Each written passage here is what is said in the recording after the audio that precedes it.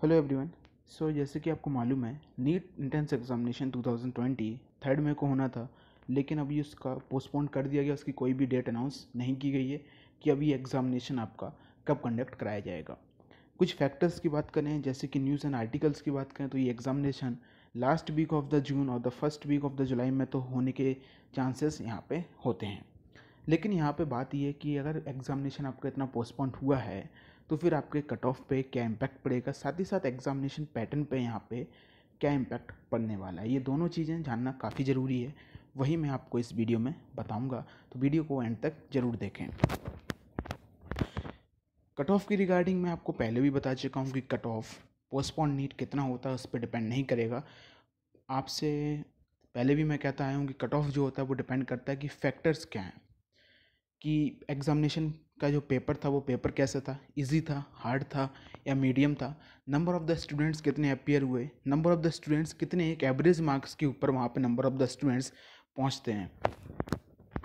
अगर paper easy रहता है तो कट ऑफ ऑब्वियसली इंक्रीज़ किया जाएगा, अगर पेपर हार्ड रहता है तो कट ऑफ थोड़ा सा कम रखा जाएगा। लेकिन सेकेंड फैक्टर भी वर्क करेगा। अगर number of the students qualified, जैसे कि 500 प्लस के ऊपर number of the students more than 1 lakh हैं, तो फिर यहाँ पे कट ऑफ काफ़ी ज़्यादा जाने के चांसेस होते हैं। ये होता है in case of easy paper easy होगा तब होता है। तो ये फैक्टर्स इस पर डिपेंड करता है।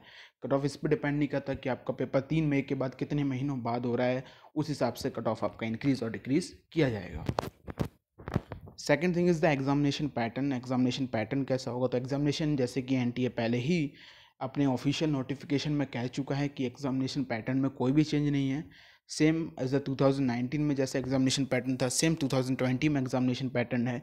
बीच में काफ़ी सारे फेक नोटिस आए कि एग्जामिनेशन का पैटर्न चेंज हो रहा है, एग्जामिनेशन में सिलेबस चेंज हो रहा है, कुछ टॉपिक ऐड किए जा रहे हैं क्योंकि आपको काफ़ी टाइम मिल रहा है, आपका टाइम इंक्रीज़ हुआ है एग्जामिनेशन के लिए। तो ऐसा कुछ नहीं था, सारे फेक नोटिस थे। ये दोनों कन्फर्मेशन यहाँ पे थी। लेकिन सबसे ज़्यादा ज़रूरी है टफ़ और इजी।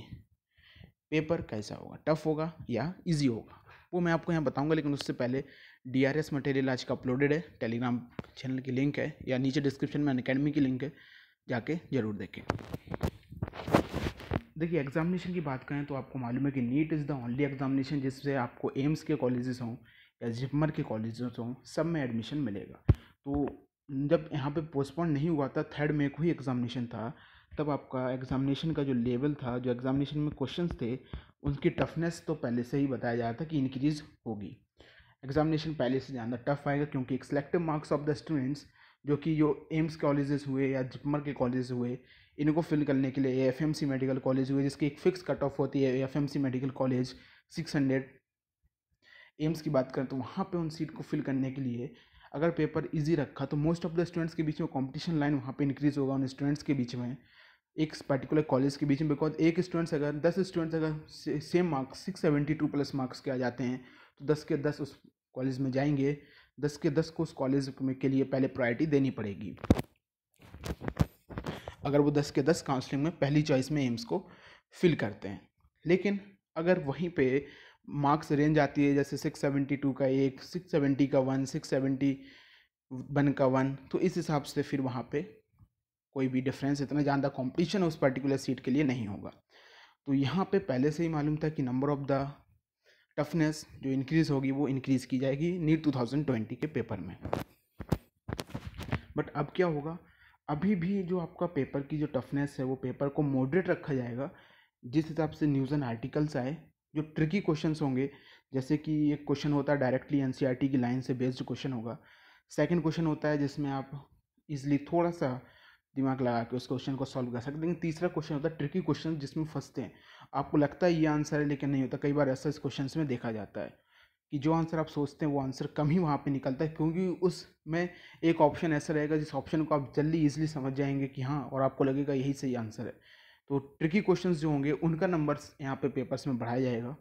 स्टेटमेंट बेस्ड क्वेश्चन जिसको कह सकते हैं कि 4 स्टेटमेंट दे दिए, कौन सा स्टेटमेंट इसमें से सही है, कौन सा स्टेटमेंट इसमें से गलत है, इस टाइप के क्वेश्चंस वहाँ पे इंक्रीज़ किए जाएंगे। तो डायरेक्टली एक एनसीईआरटी की मैंने लाइन उतार दी जिसके क्वेश्चन 15 से 20 क्वेश्चन होते थे, वो क्वेश्चंस तो आपको मिलेंगे। लेकिन फिर क्वेश्चंस होते थे जो डायरेक्टली एनसीईआरटी के एग्जाम्पल बेस्ड क्वेश्चन हो गया या एनसीईआरटी के 2-3 चैप्टर के बीच में से एक लिंक करके क्वेश्चन हो गया, इनके नंबर घटा के जो स्टेटमेंट बेस्ड क्वेश्चन होंगे या ट्रिकी क्वेश्चन होंगे उनको इंक्रीज़ किया जाएगा, जिससे पेपर एनसीईआरटी बेस्ड भी रहेगा, पेपर टफ भी रहेगा।